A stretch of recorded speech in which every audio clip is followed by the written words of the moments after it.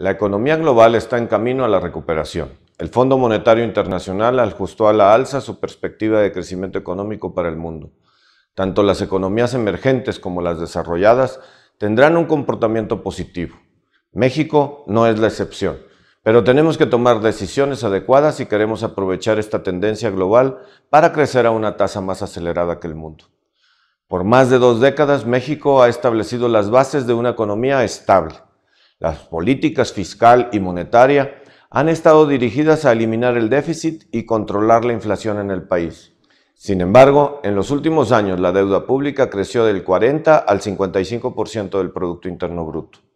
En este último mes se registró la inflación más alta en 8 años, mientras que la incertidumbre asociada a la economía externa ha presionado la depreciación del peso. Estas señales, si bien no son alarmantes, indican un deterioro de los fundamentales macroeconómicos.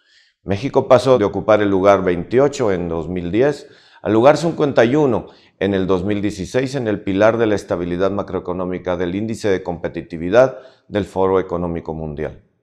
Los intereses por contratación de deuda también se han incrementado. Si bien México tiene una posición de fortaleza, hoy tenemos que tomar medidas para revertir esta tendencia, para fortalecer nuestras variables macroeconómicas. Tal y como se concluyó en el foro True Economic Talks, organizado por el Consejo Coordinador Empresarial y el Centro de Estudios Económicos del Sector Privado, nuestra economía requiere que se tomen medidas para reducir la incertidumbre, apuntalar la responsabilidad fiscal y fortalecer nuestros mercados internos.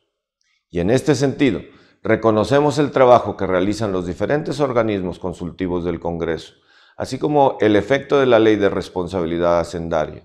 Sin duda alguna, han aportado a la conducción de la política fiscal, pero hay que reconocer que a juzgar por los resultados han sido insuficientes. En 4 años, la deuda nacional se incrementó 5 veces más que lo que se incrementó la economía.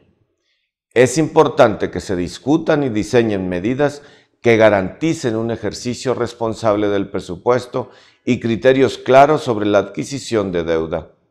Para esto necesitamos fortalecer los pesos y contrapesos y generar mecanismos que definan algunos objetivos para el mediano y largo plazo en términos macroeconómicos.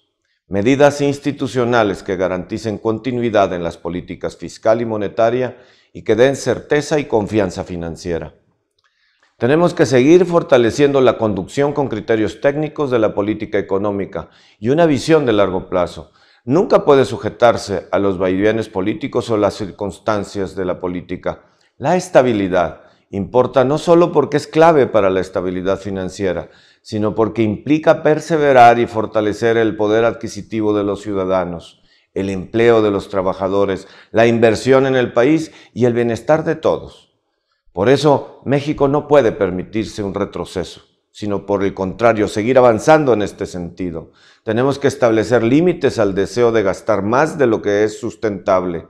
Hasta ahora, a pesar de los anunciados recortes al gasto público, el sector público sigue erogando cada vez más recursos. La estabilidad es fundamental para atraer inversión productiva, para elevar la productividad y el ingreso de los trabajadores, para aumentar el bienestar de las familias de México en todas las regiones, desde los lugares más pequeños hasta las grandes ciudades. Hoy tenemos que asegurarnos de que este objetivo económico y social sea respetado y respaldado por nuestras instituciones. Además, tenemos que insistir en la necesidad de que estas medidas sean complementadas con otras reformas institucionales que garanticen un ambiente propicio para los negocios, la inversión y la generación de empleo. El Fondo Monetario Internacional ha calculado que si México tuviera un desempeño institucional más sólido, si combatiéramos de manera más efectiva la corrupción y la ley fuera respetada, nuestro país habría crecido a tasas superiores al 3% y no al 2.1% promedio que hemos tenido en los últimos años. Si bien las reformas estructurales realizadas ya han generado nuevas oportunidades de negocio y crecimiento en algunas zonas del país, han contribuido a la competitividad de la economía y en suma han mejorado las expectativas de crecimiento en el mediano y largo plazo. Pero también es cierto que sin un pleno Estado de Derecho, México seguirá creciendo por debajo de su potencial. Por eso, como síntesis, necesitamos medidas que garanticen la estabilidad económica con criterios técnicos, no sujetos a cambios políticos, y en paralelo a acciones que fortalezcan el Estado de Derecho y el ambiente de desarrollo de negocios como el motor del crecimiento para México y sus propias familias.